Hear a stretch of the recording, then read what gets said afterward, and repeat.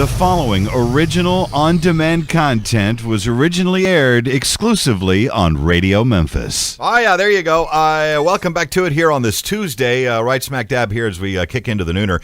Every Saturday right here at Radio Memphis, 1 o'clock, Dirty D has for you Radio Memphis Around the World, featuring music literally from all over the place. And one of our latest artists that has been added to the into the library of tunes comes to us from Tallahassee, Florida, Mr. Stacy Brown and the Big Bad Wolves. Stacy joins us by telephone. Stacy, how are you, my friend? Doing all right. How about yourself? Doing well. Listen, I checked out this new tune of yours. We got it in last night. Fantastic. Great stuff. I love the vibe out of what you guys are doing. Well, thank you, man. It was just kind of came to us, and the response we're getting from everybody is pretty good. Yeah, that's cool. You guys have a pretty unique sound. There's sort of that Pacific Northwest thing going on. Any of you guys from up there, or you just dig the sound? It's kind of what I grew up on. I also was a young, pissed-off adolescent. Who wasn't? And I really related to it, Yeah. But I've been to the Pacific Northwest, but we're all from Florida. Oh yeah. Well, they're kind of one and the same, really. There's some pissed off people down there as well. Oh yeah, no doubt. That's cool. How long have you guys been working? I mean, you're new to us, so I know that's part of it. But how long have you guys been doing your thing? Well, I've been doing it like 15 years throughout different bands and different ventures. But this band, we just now really, I guess, started back in, I want to say January. Yeah. Playing some older tunes and stuff. And then, one thing led to another. I had some great inspiration, and we kind of wrote this whole album. So. Yeah. So you've done the whole record now. It's in and out of the studio. It's out. It's available for everybody to consume now, right? Well, we've got about 4 songs on iTunes and every other, I guess, downloadable media site, Right. where you can buy tunes and stuff. But for the most part, we're just about done with the album. We got to do some mixing and stuff like that, but we went ahead and got 5 songs done so we could, get to playing shows and spreading the word.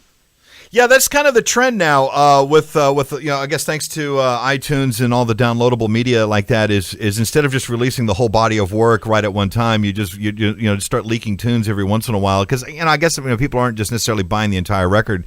That gives them a chance to kind of pick and choose as they go, and then finally, after their third or fourth sample, you hit them with the record, and boom, the whole thing sells. Is that kind of the way you're going with it? Yeah, I actually read an article with John 5. He was talking about that's the way the music's kind of went, and so we kind of followed suit on that. The records more or less would be something to sell at shows, but for the most part, people don't buy them. Their songs are now on their cell phones, and they're riding around with their headphones in, and they can buy them for $1, and they don't have to spend $15 on an album to get artwork and stuff like that. Yeah, it seems to be a pretty smart way to go about it. I mean, it's always been that way, at least when I was growing up. You'd hear a couple of tunes off a band, and you're like, I really like this song or that song, but I don't necessarily want to get the whole record. And it's nothing against the artist; it's just my particular taste. Then if I wind up putting it on an iPod, I can shuffle it around anyway. You see what I'm saying? Yeah. I myself I like the artwork. I like the little book that comes in it, but oh, absolutely. I remember the days of going to the CD store and browsing for a while and picking stuff, so those days are gone now. I think you're right that they are, but at the same time, there is sort of that hunger for people to have some type of tangible thing that they can put into their hands, like the old days where you open up the LP and then there's the liner notes and the artwork and all the fun stuff that goes with it. And I think maybe that's starting to come back a little bit since vinyl is becoming a thing. I mean, have you thought about releasing any of this on vinyl?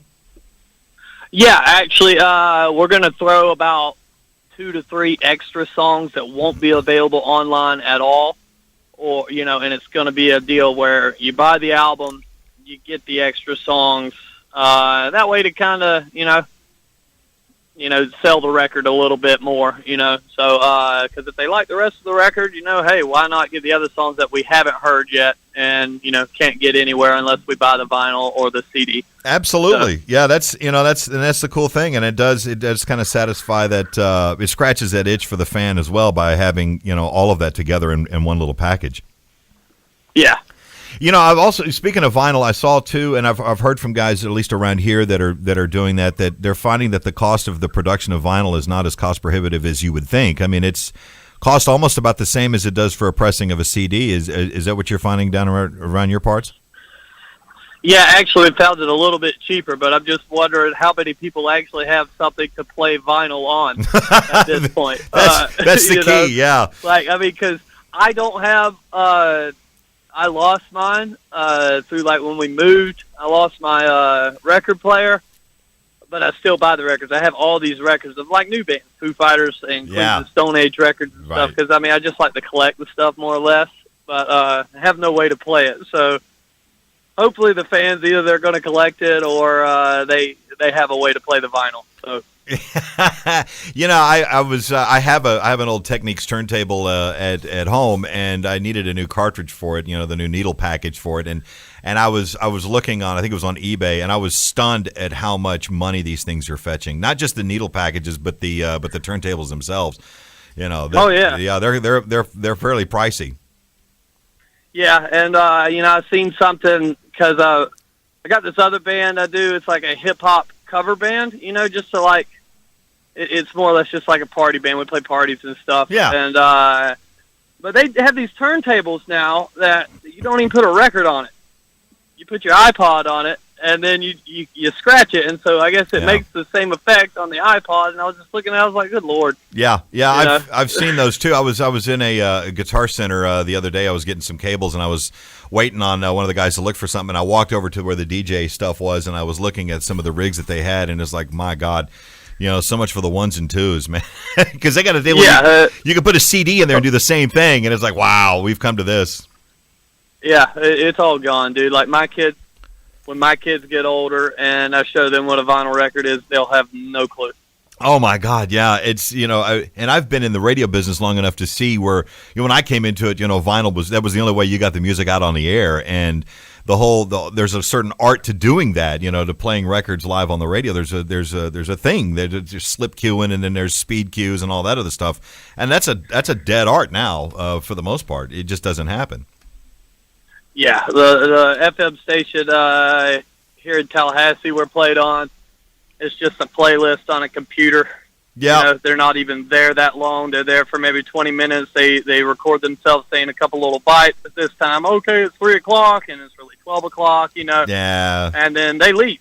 Yeah. So I've got it all programmed now. I spent quite a few years at Clear Channel here, and that's exactly how it works, man. It's all it's all fake. None of it's live. Everything's scripted and weird. And that's why we wanted to do what we're doing here, because we want to be able to have conversations with people like you. I mean, it's great that you're doing what you're doing, and we love being able to get your music out there. Yes, sir. I appreciate it too, man. It's it's kind of all falling into place for us where we used to have to work at it because the whole music scene's changed.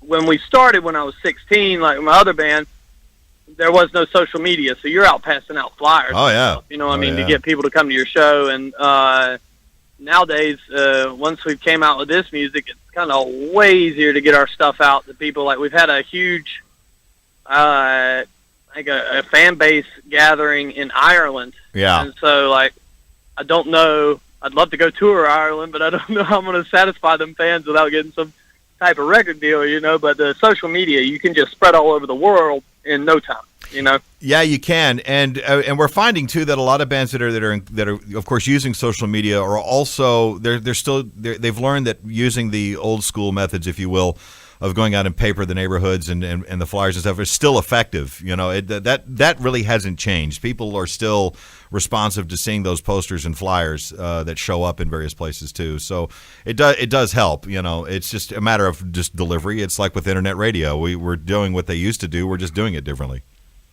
Yeah, same basic concept. Absolutely. If you don't mind, I want to shift a little, shift gears over here. Congratulations on your work there on Spike TV with the Sasquatch stuff. You guys pulled in one of the top prizes, right? Yeah, we actually won $100,000, and I got a BMW out of the deal, and got a divorce too, which was awesome. So it was an awesome package I couldn't have dreamed up. I got to travel the country, meet a bunch of cool people. I was on the Today Show, Conan O'Brien, all these other different shows, and you pull a guy like me out of the swamp who ain't never been, out of Georgia, really, and that was about it for me. And then you're placing him in Hollywood, and I'm in my Georgia boots and cut-off shorts, and living it up, It was awesome. That is so cool. Now you won it for the best evidence. Now you'll forgive me, I have not seen the evidence or the video that you have, but can you describe it for me? What is it that I'll be seeing? Well, they have it now. The show's already come and gone, but it's on SpikeTV.com. You can watch all the episodes. But I mean, we pretty much displayed the best tracking skills. We found a really awesome trackway in Bluff Creek, which is kind of like the Graceland of Bigfooting, Right. And to find the trackway where we found it was kind of the best evidence that was on the show, and our teamwork and stuff. Me and my boy, we never wavered, and so we got the $100,000 research grant, is what they called it. Right. To help us further our cause. Here of late, I guess on Spike and other places as well. I mean, it's a pretty popular format of television. The search for Bigfoot. I mean, it's been going on since the '70s, obviously, but you guys seem to be having a great time with that, and it does make for very entertaining television. I'll give you that. Yeah. Oh yeah. I know. I see. I watch myself on TV, and it's really hard to find anything, even a deer for that matter, when you've got a camera crew with you. Yeah, they're a little noisy, aren't they? Yeah. Oh yeah. These we set this game cam up one time, and I found the perfect spot where it's an intersection pretty much of game trails. Yeah. And we're setting it up, and then I'm packing my backpack up, about ready to leave. I turn around, and the cameraman's taking a piss on the tree. Oh, great! Thanks a lot, man. Yeah, I was like, all right, brother, all that time we just spent, 30 minutes here, we're going to pull all this shit up and hit the road because you just ruined it all for us. Yeah, you've just unscrewed it all up, man. Jugs and do this and that. That's They're funny. kind of weirded out by it because we're all carrying jugs of piss through the woods the whole time. So is the crew just sort of kind of incredulous about all of this? Are they just going to go, whatever, we're out here doing a job, or do they actually kind of get into it along with you guys? Well, they don't believe it until it gets dark and they hear something, that they hear one of them knocks. Yeah. And then they all get scared. Well, hey, don't think we should really go further? I was like, yeah, we should, and you shouldn't talk again the whole time we're here. Yeah, shut up. Yeah. Exactly, yeah. Shit's getting real. They don't shut all up, believe, and they'll make jokes, but when it comes time that they hear something or see something they can't explain, and then they're like, oh, what have I got myself into? Yeah. Well, yeah, it's already kind of creepy being out in the swamps in the middle of the night anyway, but when all that starts to go around, I can see where some of these guys, these are city boys that are going, what the hell? Oh, yeah. This one dude wore sandals out there. I was like, bro, well, you're going to have to go get you some boots on or something. I don't know what you're thinking. We're walking to a lava bed right now. You're going to be ed up with the dumbass by the time it's all said and done with. Oh, yeah. So are you back into production? You doing another season of the show? What's going on there? No, I actually, I was on Finding Bigfoot for our episode. I did one of them. I'm shooting a movie. Yeah. Here, mid-next month,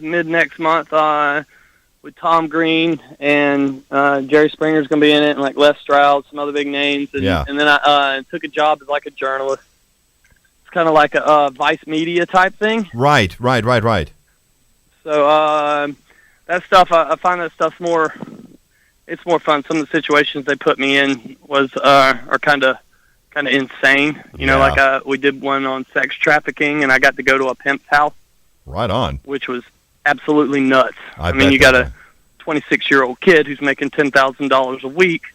He's selling drugs out of this house. There's kids running around and 8 whores in the place as well. And then his dad busts out of the closet or the spare room wearing a mask, screaming at everybody, and I was just like, good Lord, dude. Oh, wow. What circus have I just walked into? Yeah. One of them things that, and all the segments we filmed, they're all kind of like something I'll never forget, you know? Right. Well, no, that's awesome. So, Listen, best of luck to you with all of that, and with the band, the Big Bad Wolves. You guys are tearing it up. Great music. We're proud to have it. I know you're going to be back on the air with us. I guess is it this Saturday with Dee? no, it's Halloween. Halloween, that's I'm right. Be on Halloween, I guess Yeah. it's y'all's anniversary episode. Yeah, we're doing it'll be an anniversary that we've been down in our new facility. So yeah, we're just turning it into a little Halloween party down here, and yeah, we're gonna have folks calling in and being down here with us. So yeah, that'll be great. I'll be around for that. So it'll be great to come talk to you again in about a month. Awesome, man. Well, I'll see you then, and everybody check our stuff out on Reverb Nation. We're on Facebook, iTunes, just Stacy Brown and the Big Bad Wolves. There you go. Do a search, Stacy Brown and the Big Bad Wolves, and of course we're going to play them here in just a moment. Stacy, thank you so very much, my friend. Thank you for having me on, brother. You bet. We'll talk to you soon. All right, man. All right. See you then. Bye now. There you go, Stacy Brown and the Big Bad Wolves. You want to hear something? Here's some of their stuff right here. This is Flake right here on Radio Memphis. Radio Memphis.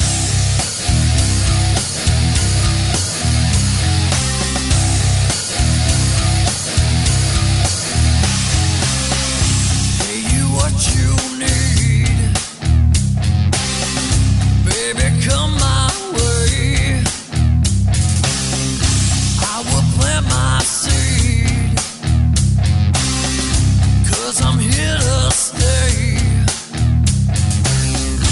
I can be your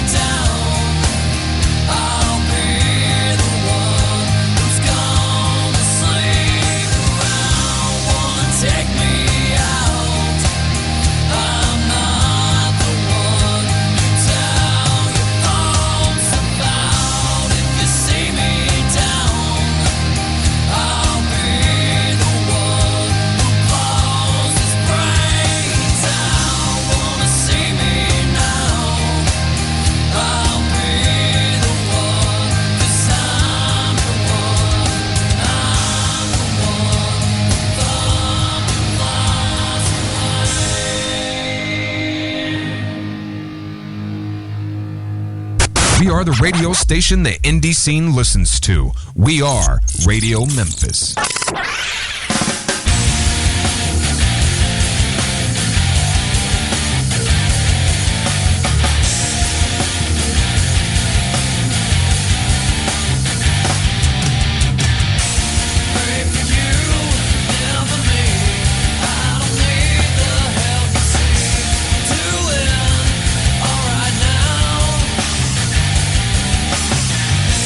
Save your soul if you can. For